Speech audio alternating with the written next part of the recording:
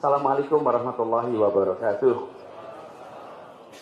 Selamat pagi, salam sejahtera untuk semuanya. Bapak Ibu sekalian yang saya hormati, senang sekali pagi hari ini kita berkumpul dalam sebuah forum tentang inovasi dan bagaimana inovasi di dalam keseharian kita itu penting sekali. Bapak Ibu semua yang saya hormati, inovasi itu tidak bisa lepas dari kreasi. Kalau kreasi itu pada proses idenya, kalau inovasi itu pada mengkonkretkannya menjadi sebuah tangible atau terobosan. Inovasi. Jadi ada proses kreasi, ada proses inovasi, dan kita butuhkan proses kreasi dan inovasi ini berjalan terus-menerus. Tapi pertanyaannya, bagaimana proses inovasi dan kreasi itu bisa jalan terus? Banyak literatur tentu yang bisa kita baca. Karena literatur soal creative thinking, breakthrough thinking, lateral thinking, itu banyak sekali literaturnya itu. Cuma ketika kita masuk ke dalam kondisi pengambilan keputusan, situasi di mana kita memegang sumber daya, pertanyaannya adalah gimana menjaga itu. Kalau kita tidak berada dalam situasi kita harus ambil keputusan, mungkin thinking itu bisa terjadi. Jadi kita ambil keputusan, ruang itu ada regulasi, ada constraint sumber daya, itu muncul tuh. Bagaimana itu bisa tetap jalan? Jadi sekalian saya hormati, barangkali kalau kita bicara inovasi kreasi itu, ini lebih seperti pengalaman pribadi mungkin. Ya, saya kalau boleh sharing di sini. Bagaimana kita selalu meningkatkan ekspektasi sehingga menciptakan masalah. How do we create problems? Problems itu apa sih? Problems itu adalah selisih antara ekspektasi dan kenyataan. Itulah problem. Ini ekspektasi, ini kenyataan. Kalau ekspektasi dan kenyataan itu sama, maka tidak ada masalah. Oke? Ruangan ini misalnya.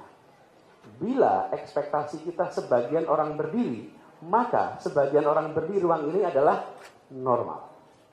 Karena ekspektasinya sebagian berdiri. Tapi bila ekspektasinya adalah semua orang bisa duduk, maka berdirinya sebagian orang di sini adalah masalah. Fakta sama, tapi cara pandangnya beda. Tergantung ekspektasi. Kalau kita tidak punya ekspektasi semua orang harus duduk, this is fine. Tidak ada masalah. Malah kelihatan penuh ruangannya. Karena kita tidak punya ekspektasi semua orang duduk. Itulah yang sering terjadi dalam proses pemerintahan. Apakah kita memiliki ekspektasi yang terus-menerus diubah, direvisi, sehingga kita menciptakan masalah terus-menerus? Kalau ketemu masalah kita bersyukur. Inspirasi ini dari mana kejadiannya? Saya waktu itu surveyor, Pak.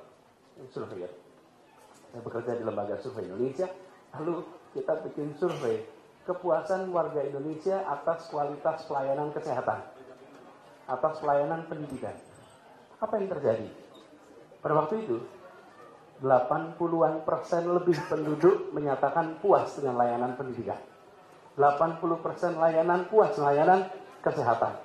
Wih, hebat betul Republik ini, gitu kira-kira. Kok bisa puas dengan layanan kesehatan pendidikan? Waktu itu. Apa yang terjadi? Ekspektasinya rendah. Dapat pelayanan sedikit saja sudah puas. Dulu tidak ada puskesmas, sekarang ada puskesmas, alhamdulillah. Jadi, when your expectation is low, satisfaction is easy. Okay? When your expectation is low, satisfaction is easy. When your expectation is high, satisfaction is challenging. Kepuasan itu menjadi menantang karena ekspektasinya tinggi. Nah, kita Bapak sekalian ingin agar proses tadi inovasi kreasi itu berjalan, maka ekspektasi itu harus terus-menerus ditingkatkan. Kalau ekspektasinya tidak ditingkatkan, ya nggak ada lagi proses kreasi itu. karena tidak merasa ada masalah. So, kalau nggak ada masalah, apa pula yang bisa diselesaikan?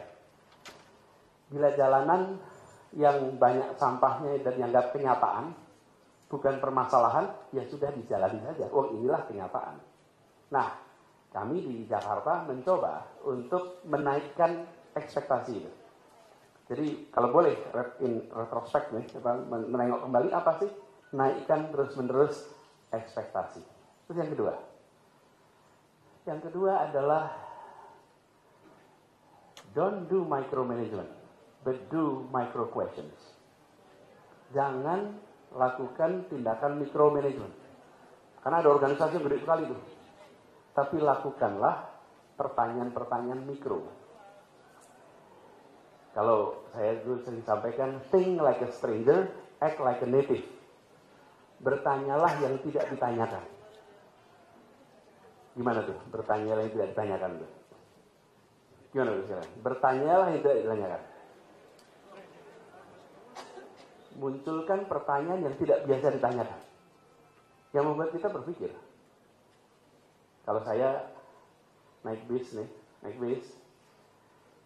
duduk di sebelah saya satu orang ibu-ibu misalnya gitu. Terus saya tanya, Bu, apa kabar? Baik. Terus saya tanya, Bu, kenapa jari ibu 5 ya? Kira-kira dia akan jawab apa tuh? Aduh, ini berobat jalan nih.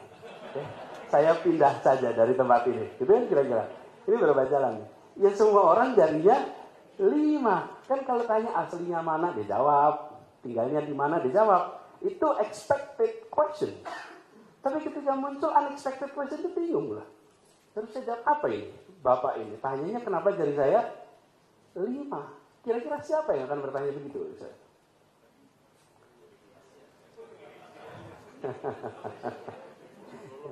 Gini, yang kira-kira tanya, kira-kira nih, orang alien. Alien itu orang yang tidak hidup di bumi. Orang yang tidak hidup di bumi, kalau ketemu manusia dia akan tanya apa? Kenapa hidungnya di depan? Kenapa ini namanya kuping? Kenapa itu jarinya 5? Loh, kita sesama manusia ya tidak saling bertanya soal itu, bukan? Kenapa kita sesama manusia? Tapi kalau ketemu orang, kalau ada makhluk itu ya, misalnya ada tuh gitu, IT gitu ya, itu apa? Extraterrestrial datang ke sini, dia akan tanya sama kita. Lah, problem kita yang dalam organisasi pemerintahan adalah kita terlalu banyak bergaul dengan sesama orang pemerintahan sehingga tidak menanyakan lagi hal-hal yang sederhana yang kita jalankan dalam pemerintahan. Tidak tanya lagi.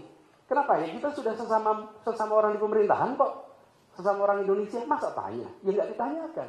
Itu yang saya maksud dengan think like a stranger, tapi act like a native. Berpikirnya seperti orang yang tidak berada di tempat ini. Jadi tanya hal-hal yang nggak biasa. Saya ingat nih, Pak Andriansah masih kepala dinas perhubungan. Kita ingat Pak, ada diskusi waktu itu. Saya tanya, kenapa sih kok rambu-rambu lalu lintas itu tingginya segitu? Terus Pak Andriansah, kenapa ya? Ya dari dulu begitu Pak, ini aturannya begitu Pak. Betul ya. Ya dari dulu, iya. Maksud saya, kenapa segitu tingginya gitu? Ya aturan universalnya, Nah kalau saya naik mobil, saya berhenti di paling depan, itu lampunya nyala, itu saya nggak lihat itu semua. Nah, you ask questions yang nggak ditanyakan. Atau pertanyaan, apakah alat transportasi yang semua orang punya? Itu waktu pertama kali ditanyakan, semua jawabnya motor. Semua jawabnya motor. Padahal kaki. Alat transportasi semua orang punya apa? Kaki. Cuman karena kita semua orang itu mobilitas pakai kaki, kita sudah tidak menganggap kaki sebagai alat transportasi. Terus sekalian, kalau boleh kita retrospek, pertanyaan-pertanyaan yang tidak ditanyakan, itulah yang bisa menjadi sumber kreasi, sumber inovasi. Jadi kalau Bapak Ibu sekalian berada dalam leadership role, maka kalau boleh saya berbagi advice, pengalaman, don't do micromanagement, tapi do micro questions. Dan micro questions itu adalah yang tak yang tidak bisa dipikirkan. Nah, inilah yang kemudian nanti merangsang kita untuk, atau hari kemarin Bu sekalian, saya sama Pak Wagub kita ke Ciliwung ya Pak Wagub. Ciliwung. Ke Ciliwung membahas pembangunan saringan sampah. Nih, kami baru tugas di Jakarta. Baru tugas Jakarta kan biasanya kalau banjir kita nonton di TV. Kalau jadi gubernur nggak nonton di TV. Kalau jadi gubernur harus ke lokasi banjir. Jadi datanglah kita ke Manggarai. Sampai di Manggarai itu yang namanya sampah, Masya Allah luar biasa. Luar biasa banyak. Terus pertanyaan sana, kok bisa sampahnya sampai sini? Iya Pak, sampahnya datang dari luar kota. Lah kok dibiarkan sampai ke dalam kota? Ya iya, dari dulu ya begini gitu. Dari dulu ya begini, sampah itu nanti dibersihkannya di Manggarai. Kenapa tidak diberhentikan sebelum masuk Jakarta? Ya memang enggak gitu. Memang enggak. Ya, kalau gitu gimana? Ya diberhentikan depan Jakarta sebelum masuk Jakarta. Muncullah inovasi. Dan sekalian yang terjadi kemarin melampaui yang pernah saya bayangkan. Yang saya bayangkan itu adalah menjaring. Apa yang terjadi? Enggak. Yang dilakukan oleh tim itu, kenapa? Ini tim DKI itu penuh pengalaman. Penuh pengalaman, kaya pengetahuan, punya sumber daya, punya jejaring. Begitu dapat pertanyaan, muncul jawaban melampaui yang diduga. Melampaui yang diduga, apa yang terjadi? Mereka buatkan sebuah belokan, di mana airnya dialirkan, lalu di belokan itu disaring, lalu sampahnya diangkat, lalu sampahnya dipecah-pecah, diolah, dijadikan bahan baku untuk dikirim ke pabrik semen. Wih, solusinya melampaui pertanyaan. Itu namanya inovasi. Tapi inovasi itu mulai dari percakapan. Nah, Bapak Ibu sekalian, inspirasi itu tidak datang dari meditasi, Bapak Ibu. Ya. Jadi jangan Bapak Ibu duduk diam lalu berharap inspirasi. No. Inspirasi itu datangnya dari interaksi. Oke, interaksi. Berinteraksilah dengan masalah, nanti muncul inspirasi. Jadi bukan ada satu orang merenung gitu. Ting. Gini, nggak ada. Jadi saya, Bapak sekalian, itu menempatkan diri, kami ini menempatkan diri apa? Jadilah pembelajar yang selalu bertanya. Udah itu aja. Tugasnya tanya. Jadilah pembelajar. If you are a learner, maka organisasinya akan terus-menerus melakukan inovasi. Pasti. Tapi if you're not a learner, pasti nggak ada pertanyaan. Makanya sekalian kalau boleh kami usul, bagaimana di sebuah inovasi di sebuah tempat itu diterapkan di tempat lain, jangan muncul itu pertanyaan. Karena tidak ada inovasi yang bisa diterapkan di tempat lain. Setiap tempat pasti punya masalah yang khas. Yang ada adalah belajar dari, tapi bukan melakukan adopsi, tapi adaption. Itu kalau bahasa Inggris adoption sama adaption. Hanya bedanya O sama A.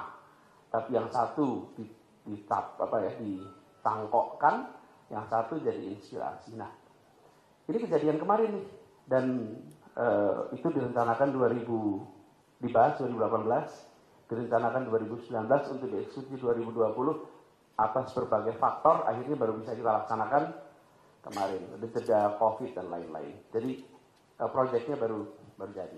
Jadi inovasi loh sekalian, tapi jalan ke Sudirman. Ini pengalaman jalan ke Sudirman. Apa sih yang indah di jalan Sudirman itu? Kalau jalan-jalan di situ. Apa? Ini pertanyaan ini. Ini pertanyaan. Apa sih yang bagus di jalan Sudirman dibandingkan tempat lain? Apa jalannya? Oh, ya sekarang trotoar besar. Ya sekarang. Tapi keindah apa? Hal yang unik di tempat itu dibanding tempat lain apa? Apa? Banyak gedung, exactly. Tidak ada jalan lain di Indonesia ya, bukan di Jakarta, yang memiliki deretan gedung tinggi sebanyak. Tidak ada. Seluruh Indonesia tidak ada. This is the place. Pertanyaannya, siapa yang menikmati gedung-gedung itu semua? Pertanyaan.